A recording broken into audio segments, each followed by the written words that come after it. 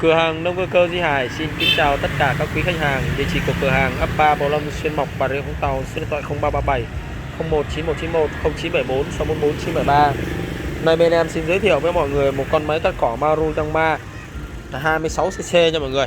Này này tem này chóc nhưng mà con này là xi lanh 34 26cc thì trong ngày hôm qua em đã đăng lên ha. Đã đăng lên cái lô máy mới về. Thì em đây là một cái video test con máy này. Ở đây mọi người nhá. Đây này. 2600 ha, xi lanh 34 26cc. Đó, hàng là đảm bảo với mọi người là zin nguyên bản nhá. Khá là đẹp, xuất sắc nhá. Đây, quay cho mọi người này. Bãi nội địa của Nhật. Thấy không ạ? Thì hôm nay làm một cái video test tiếng máy này với dao thổi lá thì để chia sẻ mọi người chút này. Dao thổi lá thì bên em là có hai loại, một loại bằng sắt và một loại bằng nhôm. Sắt thì dùng cho những cái máy công suất nhỏ này. Đó, và những cái máy mà mình nhu cầu mình thổi mình gom ít, mình lùa mà tức là để mà điều khiển cái tốc độ lùa của gió mà mình muốn thổi một lá điều hay lá gì đó mà mình muốn lùa mà thổi mà muốn nó gom gọn lại cho nó dễ gom thì mọi người nên sử dụng dao thổi lá bằng sắt. Đó, dao thổi lá bằng sắt nha mọi người nha. Còn nếu mà để mà chỉ để thổi không thôi, không cần gom thổi tới thổi lui á thì mọi người sử dụng dao bằng nhá bằng nhôm. Nhôm thì nó có một cái nhược điểm là phải cần cái công suất máy khá là lớn, xi lanh phải 40 lên thì nó mới mang lại cho một cái hiệu quả là công việc thật là tốt. Còn nếu sử dụng những cái con quạt lá nhôm mà dùng với xi lanh yếu thì tất nhiên quạt vẫn được nhưng mà cái công suất nó không đạt hiệu quả tối đa nhất, không gọi là không đủ để mà test được cái dao quạt lá nhôm nó mạnh cái nào. Đó, mọi người hiểu không ạ? Vì thế nên là những cái dòng máy nhỏ thì mọi người nên sử dụng dao sắt. Dao sắt thì thật ra thì ở đây em lật cho mọi người coi này. Đấy, cái lưỡi gió nó uốn rất là nhẹ thôi. Đó, rất là nhẹ nha. Và dao này thì nó có độ dài ngắn dài nên thì ở đây thì dao này đang là dao dài luôn mọi người ha. Em lấy dao dài luôn. Ok, rồi đang quay, có khách rồi quay lại. Về cơ bản thì hầu như máy cắt cỏ nào nó cũng có thể là thổi lá được nếu mình sử dụng dao nó hợp lý với cái công suất của con máy đó. Đó, về cơ bản là nó như vậy. Nhưng cước là một và dao là hai, là những cái dòng mà cực kỳ nặng, rất là hại máy. Nếu mình sử dụng máy nhỏ mà làm thường xuyên trong vòng một tuần có thể là bứt nát cái máy luôn. Đó, mọi người hiểu không? Tại vì hoặc là chỉ cần pha một thiếu tí nhớt là đi luôn. Đấy, tại vì công suất nó yếu mà mình bắt làm nặng. Còn tại sao em vẫn ráp vào đây test cho mọi người mà khách của em vẫn có nhu cầu sử dụng, người ta dùng thật là ít và dùng không được lâu. Đấy, với những cái dòng thổi lá hay đánh cước nặng, mọi người phải ưu tiên cho một điều đó là pha nhớt. Thứ nhất, nhớt phải là nhớt chính hãng hoặc là nhớt tốt, nhớt thường cũng được. Nhớt thường thì nhớt như thế nào? Cũng như này, cũng tỷ lệ 1/50 mọi người nhé. 1/50 này. Thằng này có 1/50. 1/50 là sao? Tức theo một lon nhớt này, 1 lít nhớt này có thể pha được 50 lít xăng, nhưng về Việt Nam mình chỉ pha 30 thôi nhá. Mọi người lưu ý là về Việt Nam mình làm nặng lắm, làm khiếp lắm. Đấy, mọi người thấy không? Đây là những cái dòng nhớt của Tiger này là những cái nhớt mà cũng loại rẻ tiền. Đó, nhưng mà xài cũng khá là ok.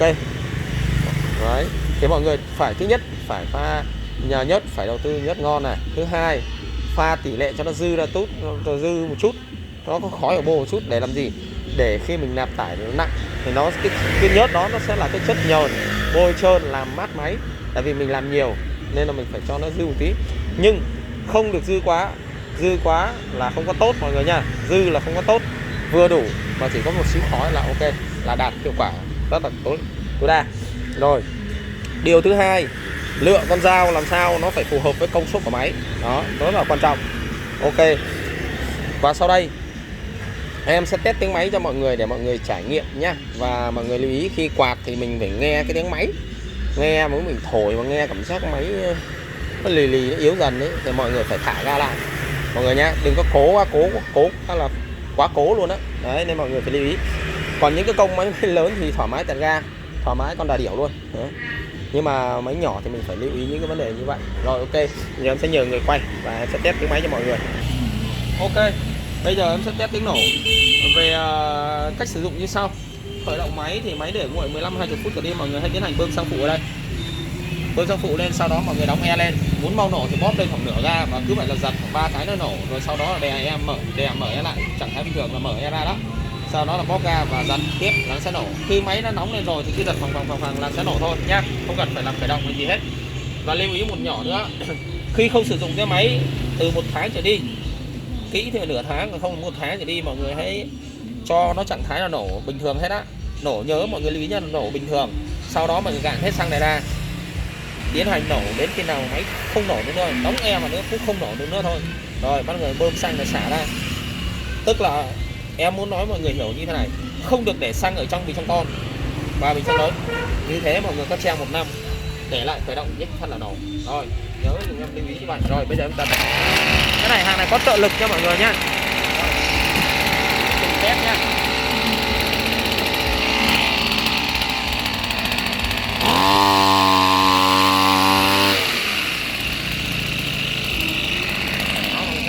Tốc độ bụi đó, cái dao này, đây cái này.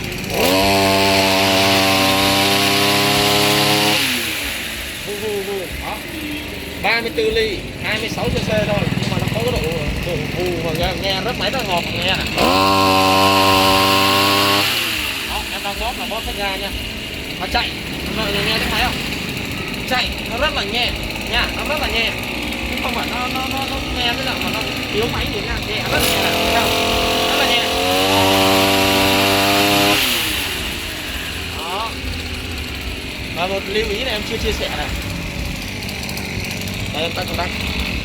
Đó là khi mọi người sử dụng máy cắt cỏ thì mọi người phải lưu ý ở đây. Thứ nhất, bơm mỡ bò trên đầu bò này. Thứ hai, xoay con dao này nó phải nhẹ như thế này này. Nhẹ như này thì nó sẽ báo cho mọi người biết là bạc đạn đây rất là tốt. Dưới kia một cái bạc đạn đấy nữa đây. Dưới này một cái bạc đạn nữa cực kỳ tốt luôn nha, nó tốt. Lên xoay lên. Xoay nó rất là nhẹ. Nhẹ như này thì nó không có nóng máy nhá, nó không có nóng máy mà máy chạy rất là bốc, nhẹ nhàng ngọt, ga lên ga xuống êm ái nhẹ nhàng. Còn khi mọi người sử dụng đất đai ba giới nó mà nhét vào đây nó sẽ nặng thì mọi người nhớ vệ sinh giùm em. Rồi ok, đó là một con máy 26cc mà có thể thổi lá được, là mọi người biết nó lực thế nào. Về cơ bản là con dao thổi lá. Và thứ hai là máy mình căn xăng nó dư ra tí là thổi vô tư, ok nhá, căn xăng cho nó dư là thổi vô tư. Nhưng làm như vậy không được nên lạm dụng nó sẽ ảnh hưởng đến cái máy của mình rất là nhiều. Ok, cảm ơn tất cả mọi người đã theo dõi video. Mọi người mua hàng thì liên hệ trực tiếp với Thắng Một Cây Xích qua 2 đầu số 0337 01 9191 0974 644 973. Cảm ơn tất cả mọi người rất là nhiều.